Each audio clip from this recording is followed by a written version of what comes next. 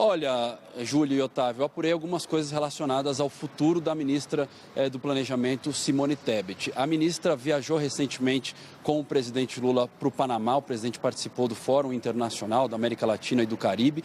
E eu apurei que eles conversaram muito sobre eleições de 2026 durante essa viagem, tanto no voo de ida quanto no voo de volta. Falaram muito das possibilidades e ficou definido que a ministra deixará o Ministério do Planejamento. Já era algo tido como certo, mas depois dessa conversa, isso já ficou definido, ficou encaminhado. A Simone Tebet, pelo que eu apurei, ela se colocou totalmente à disposição para aquilo que o presidente Lula achar o mais adequado para ela em 2026, para o cargo que ele entender mais oportuno para Simone Tebet disputar em 2026. Pode ser senadora, candidata ao Senado pelo governo de São Paulo, de Mato Grosso, que é o domicílio eleitoral dela, ou mesmo ao governo do estado de São Paulo, na linha de que política é missão e ela está disposta a ajudar o presidente Lula. O cenário mais provável nesse momento é Simone Tebet disputar o Senado em São Paulo. A segunda vaga da chapa apoiada ali pelo presidente Lula, da chapa do PT, ficaria com Marina Silva, que deve se filiar ao PT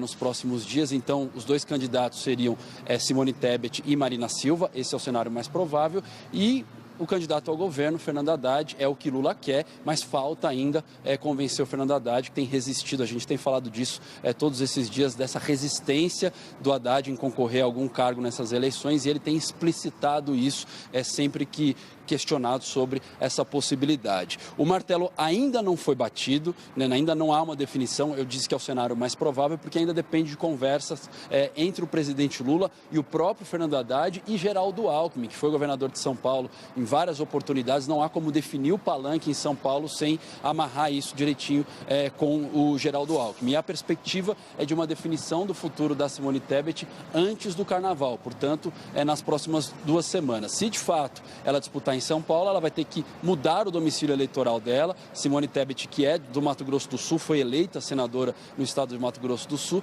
e ali tem um cenário complicado no estado, porque o governador Eduardo Riedel, ele tem feito movimentos de aproximação ao bolsonarismo já há algum tempo, inclusive trocou de partido, saiu do PSDB, migrou para o PP, está bem mais próximo dos bolsonaristas, e isso dificultaria a situação da Simone Tebet, uma vez que o MDB está na base de sustentação do governador Eduardo Riedel. E também um outro ponto é a mudança de partido.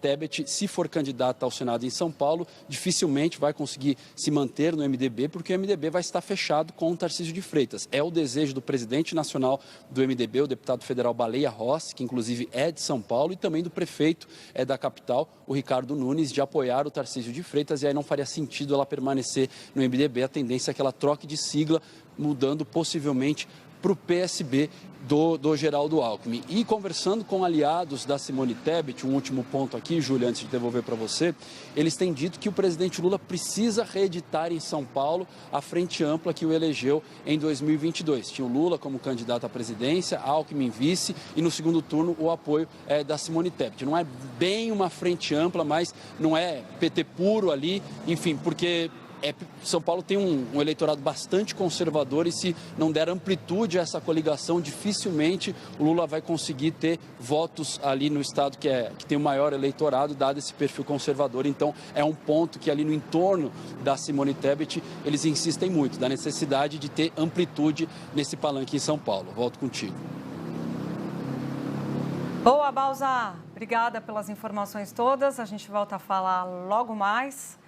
Otávio Guedes, então é isso, é uma aposta interessante essa, de lançar a Simone Tebet com essa análise, essa visão de que ela alcança o campo conservador mais do que um candidato PT raiz. Ela vem por um partido de centro, já disputou a presidência da República, tem um recall, fala com o agro.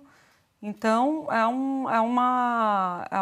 um jogo que pode funcionar para quem está jogando, que é conseguir a vitória e fortalecer o Senado, porque Lula se preocupa muito e Bolsonaro também. Isso é os dois ali capitães dos times, um está no Palácio do Planalto, outro na Papudinha, os dois estão articulando, como a gente bem disse, o que mais funciona para fortalecer a presidencial e o governo ou a oposição em 2027, a partir de 2027. E o Senado é o terreno principal nessa disputa depois da presidência.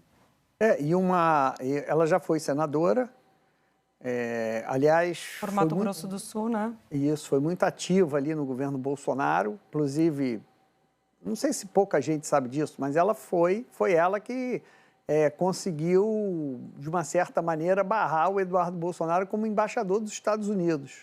Ela, na comissão de relações internacionais ali, é ela que levantou, que trabalhou muito nos bastidores para impedir isso. Teve uma participação importante também na CPI da Covid. Foi ela que levantou uma prova fundamental no meio de um depoimento. Ela fez uma pergunta que trouxe alguma revelação. A gente não vai lembrar aqui, mas ela fez uma boa pergunta. O depoente estava negando o tempo inteiro, Ela fez uma pergunta e... O jeito dela perguntar, né? Isso. Foi boa repórter. Foi.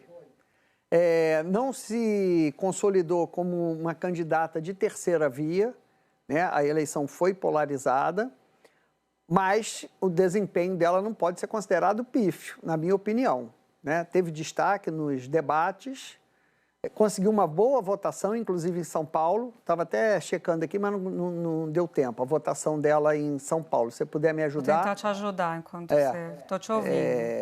E se colocou ali como uma candidata de centro no momento em que ninguém de centro... Não é o ativo ser de centro, né? Hoje o ativo é você ter um discurso radical, etc, etc. Mas, sem dúvida... e entre os ativos que você falou da candidatura dela, eu acho que é uma candidatura feminina. Eu acho que isso é um ativo importante, esse diálogo com o público feminino, principalmente, que é mais refratário aos radicais, né? Em especial ao bolsonarismo. Então, eu faria esse resumo do que seria uma candidatura Tebet. Aqui, eu consegui pegar o resultado dela na eleição geral, que isso você já deve ter visto, né? Terceiro lugar no primeiro turno, né? Porque, isso. Evidentemente, ela não foi para o segundo turno. Foram 4.900.000 votos. Terceiro lugar, ela ficou na frente de Ciro Gomes, por exemplo, que já é um veterano, né? Na disputa eleitoral. E aqui, por estado... Pegando aqui, Otávio, ela teve um desempenho, o dobro do desempenho... Não, o dobro não. Teve mais do que ela teve nacionalmente, em termos proporcionais. Ela fica em terceiro lugar em São Paulo também. Nacionalmente, eu falei 4 ponto alguma coisa, né? Isso. Por cento dos votos. Ela teve 6,34% dos votos em São Paulo. O dobro de Ciro Gomes, que estava em quarto lugar. Abaixo de Lula e abaixo de Bolsonaro, que lembrando que quem venceu a eleição no estado de São Paulo foi Jair Bolsonaro. Então, é um bom desempenho, porque em São Paulo ela teve mais em São Paulo do que no Rio, ela teve o dobro em São Paulo do que ela teve no Rio de Janeiro, ela teve mais em São Paulo do que ela teve em Minas Gerais, mais do que teve no Espírito Santo, Alagoas, Bahia, Ceará ela teve um pouquinho mais, Maranhão, mais do que teve no Maranhão, Paraíba, Pernambuco... Piauí, Rio Grande do Norte e Sergipe. Portanto, Otávio Guedes, olha aí, olha o que não é um bom repórter também. Ela teve o melhor desempenho em São Paulo, só perdendo para o estado que eu falei, qual foi? Ceará. Não, Ceará era o Ciro Gomes, desculpe. Desculpe, Ceará, o terceiro lugar, o Ciro Gomes com 6,8. Ela ficou em quarto lugar no Ceará com 1,22. Só perdeu no Ceará para o Ciro Gomes. E é um feito. Porque, como você falou, Ciro Gomes já era um candidato conhecido de outras eleições e com um discurso também radical. Ciro Gomes nunca fez um discurso ali de centro, nas últimas eleições. É um candidato ali que tem um discurso muito mais radicalizado. E a Tebet foi bem. Quer dizer, a votação dela ser melhor em São Paulo do que no resto do país diz muito sobre ela conversar com o eleitorado que não é o eleitorado cativo do PT. Ela fura a bolha, esse é o termo que eu queria ser. A Tebet fura a bolha do PT. Então, esse é outro ativo dela também. Exato, foi um desempenho bom, isso coloca ela como uma boa competidora. Isso. Agora, quais são as dificuldades dela? É de centro, é moderada. Hoje em dia, isso não é um ativo eleitoral. Você ser equilibrado, você ser do diálogo, você ser nem um lado nem outro. Hoje, infelizmente, eu digo isso infelizmente, porque eu acredito que política é moderação, né? Cabe todo mundo, cabe o extremo, cabe o outro, desde que não sejam pela ruptura democrática. Política é plural, tem que ter de tudo, inclusive o centro. Então, eu lamento, nesse sentido, do centro hoje está fora de moda, vamos dizer assim. Mas é no mundo todo, é um fenômeno global. E a outra vaga a gente estava falando da oposição, agora falando sobre a chapa governista em São Paulo. A outra vaga, são 2 vagas para o Senado, gente, esse ano, lembrando. E a outra vaga deve ficar com o PT, muito provavelmente. Tinha até uma discussão sobre financiamento da campanha da Tebet, se ela teria ajuda do PT. Eu ouvi essa conversa, conversando com líderes do partido. Para entrar na disputa, precisa de estrutura, né? Num estado que é um estado grande, que você precisa viajar, ela vai ter que rodar e tal. Mas muito provavelmente virá uma chapa com ela e alguém do PT. Em algum momento se falou sobre Haddad. Quando eu conversando nas apurações sobre Haddad sair candidato ao governo do estado, eu ouvi de gente próxima dele, estou achando mais provável o Senado do que o governo do estado. Ele vai resistir justamente por causa daquelas questões que a gente falou, né? O passivo, se ele tiver um desempenho pior aqui em São Paulo do que ele teve em 22 contra Tarcísio, o passivo que não fica para 2030, quando ele potencialmente pode disputar a eleição presidencial. Então, mas a eleição de São Paulo vai ser interessante. De uma maneira geral, todo mundo está dando a reeleição do Tarcísio como líquida e certa, né? E as pesquisas, isso não são vozes da cabeça dos analistas. São as pesquisas, quem tem 60% é incumbente. É muito difícil perder. Isso é modelo que eles rodam, modelo lá estatístico. É muito difícil. É claro que pode perder. Pois mas o mais provável, quando você tem a partir de um determinado percentual de aprovação com a caneta na mão, que é a estrutura ali para fazer a campanha, e os prefeitos, e as emendas, etc., é um cenário difícil de você ser derrotado. Mas o eleitor não tem uma máxima política, que é o eleitor não gosta, mas não perdoa a traição. Ele gosta da traição, mas não perdoa o traidor. Isso é uma máxima em política. Então, o Tarcísio, nesse ponto, ele acerta em ser submisso ao Bolsonaro. Por outro lado, tem que ver se o eleitor gosta de submissão.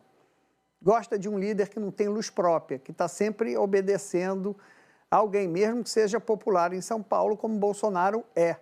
Então, eu acho que isso bota é um combustível na eleição, na disputa de São Paulo, onde, repito, Tarcísio, pelo histórico do que é eleição nesse país, larga umas 3 casas na frente de qualquer um. Mas é o Tarcísio, nova liderança, o novo, o cara que vem aí, que é o querido da elite econômica. Isso é uma coisa. Agora, o Tarcísio que recua, que baixa a cabeça, é um outro candidato. Vamos ver se isso interfere nesse favoritismo.